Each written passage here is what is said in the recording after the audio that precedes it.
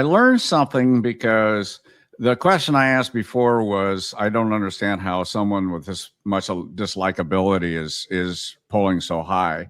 And I learned something, and maybe you can address this. It's called response bias. Can you kind of give me a quick 30,000 foot Well, response definition of bias what's like? is simply, I don't buy into that much, but response bias is when people respond to polling in a way that they feel like they are expected to answer. So, for instance, I can buy into response bias about Trump's negative numbers because people don't want to tell a stranger on the phone or even an internet poll where people know their IP address or anything like that, that they've said something positive about Donald Trump.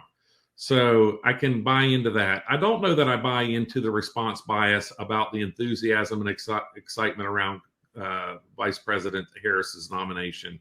I do think that excitement is real. I don't know that it's long lasting.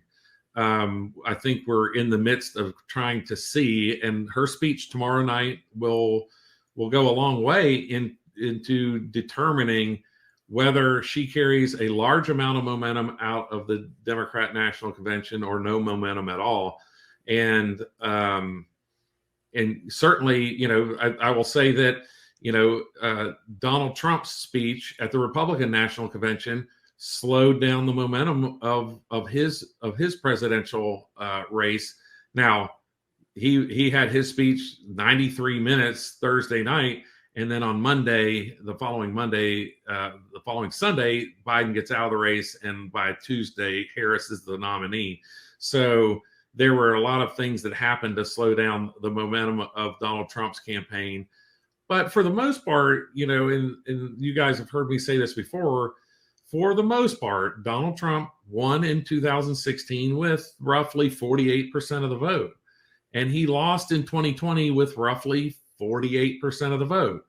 And if you ask me today where he's trending to get on election night, it's about 48% of the vote.